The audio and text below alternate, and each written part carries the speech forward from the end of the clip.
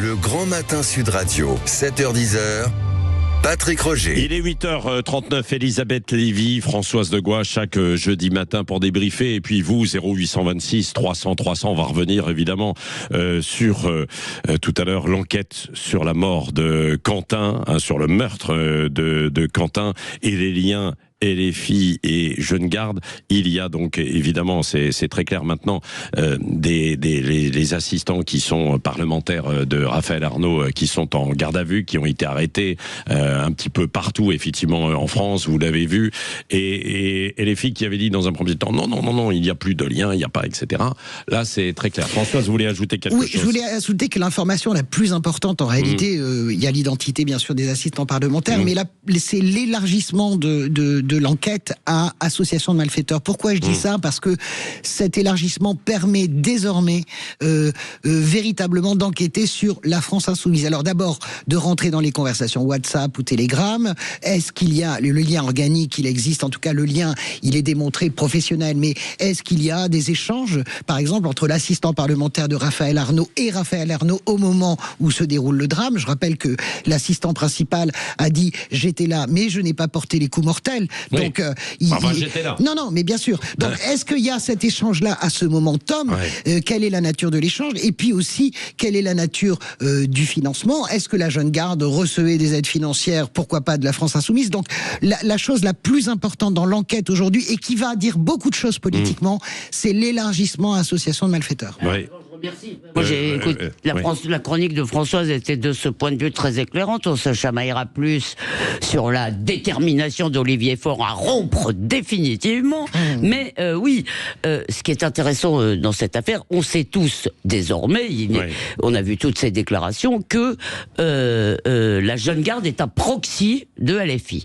C'est-à-dire, c'est comme, alors je ne veux pas comparer ce qu'ils font avec ce que fait le Hamas, c'est pas ça que je veux dire, c'est que vous savez bien que le Hamas est financé par l'Iran, encouragé, armé, mais il n'est pas en permanence en service commandé pour l'Iran. Donc la question effectivement qu'on va se...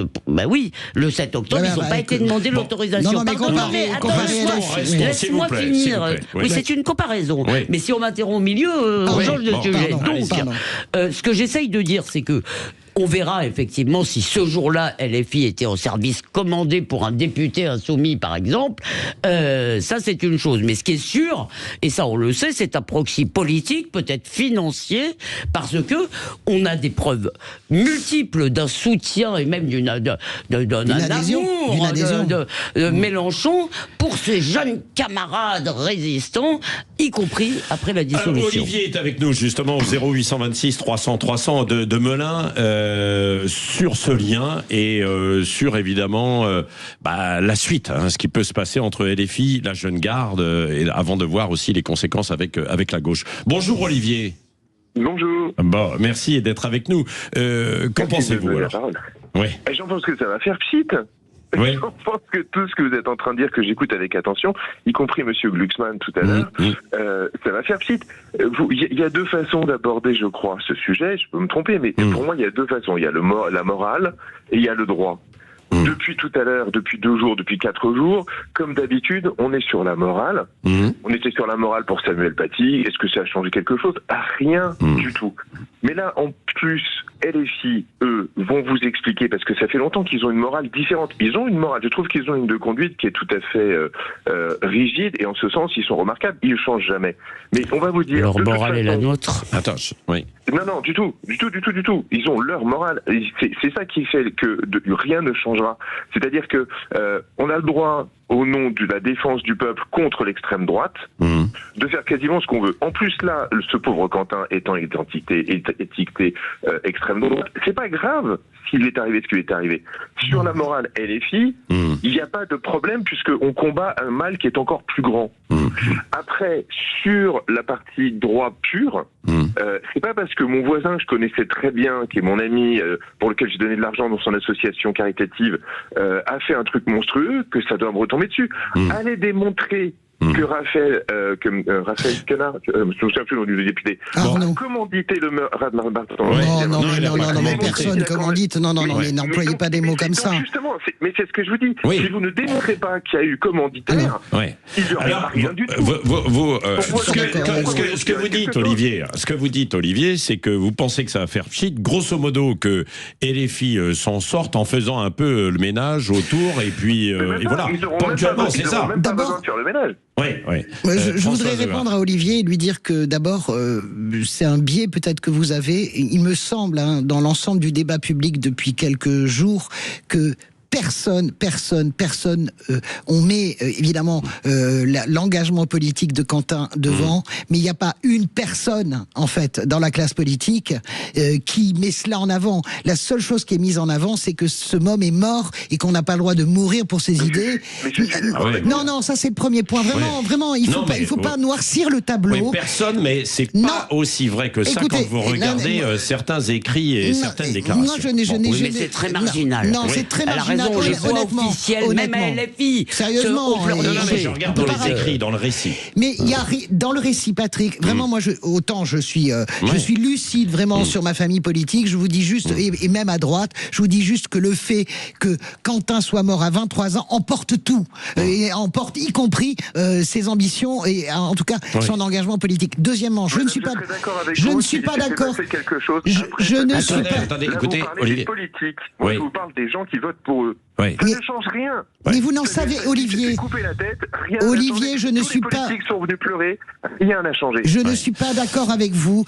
Mais Olivier n'est pas d'accord. D'accord, on n'est pas d'accord. Je pourrais aussi répondre. Vous dites que ça ne changera rien. Je pense que, au contraire, c'est la première fois, je pense, que LFI est dans une situation aussi dure et aussi indémerdable pour elle.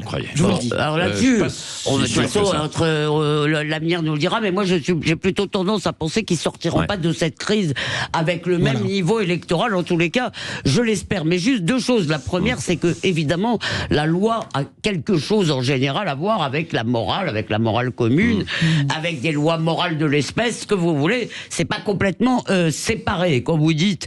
Et par ailleurs, je voulais juste vous rappeler, ça pour aller un peu dans votre sens, il y a un livre de Trotsky, c'est ça que je voulais dire. C'est pas leur morale est la nôtre, c'est leur morale est la nôtre. C'est-à-dire, effectivement, dans le cadre, et là vous avez tout à fait raison, moi, je pense que le meilleur ingrédient de cette violence prétendument antifa, et qui est en fait très fin, eh bien, c'est la bonne conscience. Parce que vous n'êtes pas les petits nazillons qui cassaient la gueule aux sociodémocrates dans les rues de Berlin. Vous êtes les courageux résistants qui se battent contre la peste brune. De l'autre côté, c'est pareil. Ce récit est encore très fort chez beaucoup d'étudiants. Oui. Bah oui, c'est vrai. Écoutez, on le voit.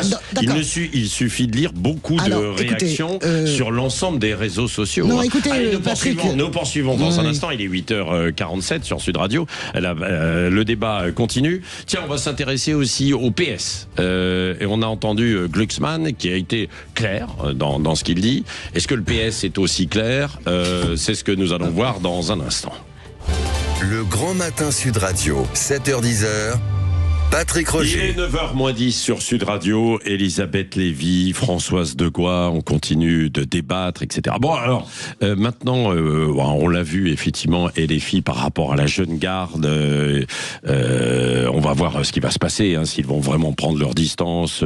Si, comme le disait Olivier, c'est-à-dire ça va faire pchit, ils vont faire un peu le ménage et puis derrière, ça repartira comme en 40, entre guillemets. Voilà, je dis bien entre guillemets par rapport à l'expression. Parce que c'est pas la bonne expression. Bon, alors, Glucksmann, au micro de Jean-François Aquili, a été clair pour lui. Pas d'accord, il n'y aura pas d'accord avec le LFI, c'est terminé là au municipal pour de la gauche, mais aussi pour la présidentielle. Du côté du PS, Françoise Degois, est-ce que c'est aussi clair? Écoutez, moi j'en ai un peu marre non, mais est-ce que c'est aussi clair? Mais écoutez, les faits, laissez-moi parler, parce que j'en ai marre des sourds qui ne veulent pas entendre. Sérieusement, depuis 2024, et Raphaël Glucksmann l'a très bien expliqué, les accords accords avec LFI se font parce qu'il y a un degré dans les périls. Le péril, c'est la dissolution, etc. Depuis 2024, donnez-moi un seul endroit, un seul moment, une seule élection où le PS a été allié avec LFI. Il n'y en a pas une. Et non, il n'y en a pas. Attendez. Non, Là, laissez-moi localement, finir. il y a encore des tractations. Là, en ce moment, on n'est pas au second tour des municipales. Excusez-moi. Non, mais Françoise de Gois, c'est pas la peine de s'énerver. Il faut simplement. Est-ce que je peux Françoise, on a le droit de pas.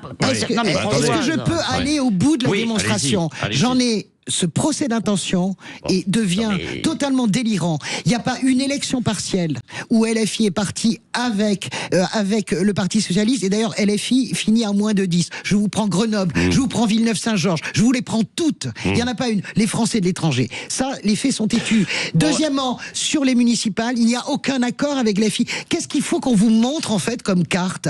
Regardez toutes les villes de France. Est-ce que vous avez... Regardez. Non, mais François, ça suffit. Maintenant, François, ça suffit d'engueuler les gens qui ne partagent pas vos opinions. Non, je regarde pas. Je suis passionnant. Non, mais je dis ça parce qu'elle va m'engueuler moi. Non, pas du tout. Camembert. Alors, non, écoutez, moi, j'espère. Alors voilà, je vais être pleine de bonne volonté, de mansuétude, de paix et d'amour, ma chère Françoise. Et si vous avez raison, j'en serai enchanté. Et je prends les auditeurs à témoin d'un pari. Et je vous assure, je vous paye un super gueuleton. Des sushis, en veux-tu, en voilà. Je n'y crois pas. Je crois que le jour où auront besoin, peut-être que, comme vous le dites, les socialistes n'ont plus besoin de LFI. Je ne connais pas toutes les situations locales, mais moi je crois que le jour où ils en auront besoin, ils y retourneront. Et pourquoi je crois ça? Parce que je n'arrive pas à comprendre pourquoi, depuis des mois, on n'a pas une déclaration. Ce serait beaucoup plus clair que ce que vous avez cité de cette belle note de blog, qui nous disent plus jamais d'alliance, jamais avec ces gens. Et je finis juste sur un truc. Tout ça repose sur, à mon avis, alors je vais dire supercherie, mais non, parce que je pense que vous y croyez, sur une analyse totalement folle, qui mettrait sur le même plan deux dangers.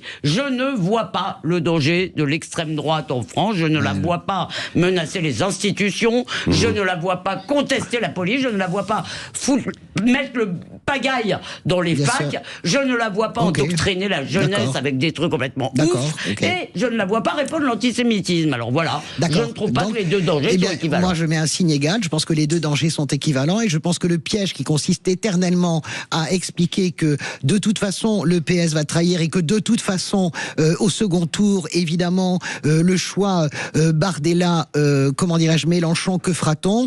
Je trouve que, encore une fois, Glucksmann a bien répondu, et ce serait ma réponse. Cette hypothèse n'arrivera pas. Je ne sais pas si vous mesurez, en réalité. Non, mais écoutez. Faut jamais dire jamais. Mais écoutez, d'abord, Patrick, je dis ce que je veux. D'ailleurs, ça, c'est le premier point. C'est que, électoralement, ça ne peut pas arriver. D'accord? Vous ne pouvez pas imaginer avec. Si, mais comment vous faites? Moi, je pense que ça peut arriver. Vous devriez lire Libération de ce matin. Non, écoutez-moi. Ils n'ont pas l'air informés comme vous. Je voudrais, s'il vous plaît, est-ce qu'on pourrait avoir un débat normal et raisonnable? C'est ce qu'on fait. Vous ne pouvez pas avoir deux candidats de gauche, parce que vous aurez deux candidats de gauche, Mélenchon et un candidat de la gauche sociale et écologique, et imaginez que Jean-Luc Mélenchon arrivera au second tour, ou alors vous avez le second tour à 15%. C'est pas ça la question, pardon. Mais François, écoutez, soyez Françoise, non, mais Françoise, je crois qu'il faut, je crois que Benjamin trépine, mais c'est pas la question. Personne n'est en train de dire que Mélenchon va arriver au second tour. Dieu merci. Si, vous le dites. D'accord, mais ici, c'est pas ce qu'on est en train. Écoutez, c'est pas ce qu'on est en train de dire ici. Ce qu'on est en train de dire, et d'ailleurs, je constate que même Libération, qui n'est pas antisocialiste à ma connaissance, tient à peu près fait à peu près la même analyse dans son papier d'analyse ce matin.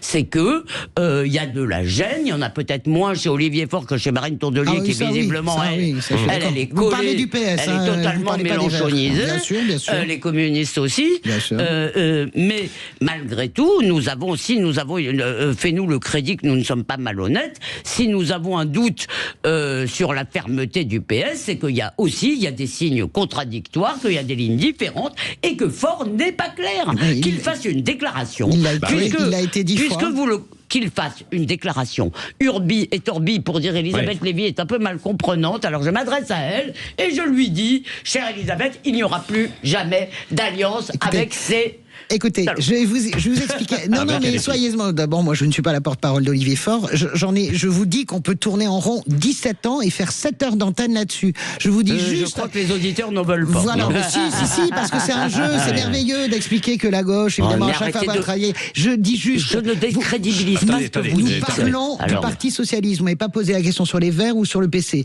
Évidemment que Marine Tondelier pendule d'un endroit à l'autre. Je vous dis juste, en plus de ça, que sur l'ensemble des villes, vous parlez des municipales. Non seulement les faits qui viennent de s'écouler vous font tous mentir. Il n'y a pas eu un seul accord LFI, PS sur les élections nationales. Et vous verrez que sur les municipales, de toute façon... Vous l'avez aussi déjà dit. Et bien voilà. Et sur la présidentielle, il n'y aura pas d'accord avec Mélenchon. C'est quoi votre problème, en fait? J'ai jamais dit sur la présidentielle, on verra. Il y a des législatives, excusez-moi, ça c'est le petit point faible du PS, les législatives. Mais... Françoise, on ne va pas trancher le débat et on est en train de prendre le temps de parole de Benjamin. Voilà. Et pour l'instant, ce qu'a dit Olivier Faure, c'est que la France insoumise ne peut s'affranchir d'un examen de confiance. C'est impossible. De conscience. C'est ce qu'il dit. Il ne peut s'affranchir. Ils vont le faire quand même. Mais il n'a pas dit qu'il fallait une digue. Contrairement donc à... Oui, si, bien sûr. Vous n'avez pas lu la note de Blanc? Si, je l'ai lu. Bah non, c'est pas possible. Il n'y a pas de digue. Le mot digue n'existe pas. Mais les mots sont aussi forts. Les mots ont leur importance. Allez, hashtag, on en parle. Un vrai sujet. Allez, pour terminer, s'il vous plaît, pour terminer, c'est l'image du jour aux Jeux Olympiques de Milan-Cortina. Allez, dites-nous ça. Un peu de mignonnerie. Un invité surprise dans la course de ski de fond. Un invité à 4 pattes, en l'occurrence, puisque c'est un chien loup. Oui, un chien loup qui a réussi à fausser compagnie à son maître et qui s'est introduit sur la piste au milieu des fondeuses. L'animal s'est même payé le luxe de franchir la ligne d'arrivée au pas de course. Tout ça, forcément, à la grande surprise des commentateurs de France Télé et puis des fondeuses aussi. Oh, regardez ça, un invité surprise. Dis donc. C'est un chien, il ressemble à un loup, un chien loup. Alors attention. Qui vient participer à Steam Sprint et qui est sur la piste, David, qui va franchir la ligne d'arrivée dans quelques instants. On va prendre son temps de référence. Vous nous donnez son temps, David, on veut l'information. On va le guetter, le temps, Arnaud. Incroyable. Quelle image. Il a l'air fringant sur la piste. Pauvre toutou, il a l'air tout perdu. Mais on revoit cette image. Oh là là, alors, le temps, finalement, on l'a pas. Voilà, même s'il a franchi la ligne d'arrivée, ce chien loup. En revanche, ils ont fait la photo finish. Et alors, à l'arrivée, elle est plutôt belle, cette photo finish. En tout cas, on le voit dessus, ce chien loup, et ça fait le tour des réseaux sociaux. Effectivement. Mais est-ce qu'il a demandé sa louve en mariage, comme ce bonnet de... Il y a un bonnet, il y a un skieur un peu bonnet. Non, il a dit qu'il avait trompé sa louve. Il a fait du cirque en disant qu'il avait trompé sa femme. Dans un instant, 9h, et on fait un point sur les inondations et vous continuez de réagir sur l'actualité.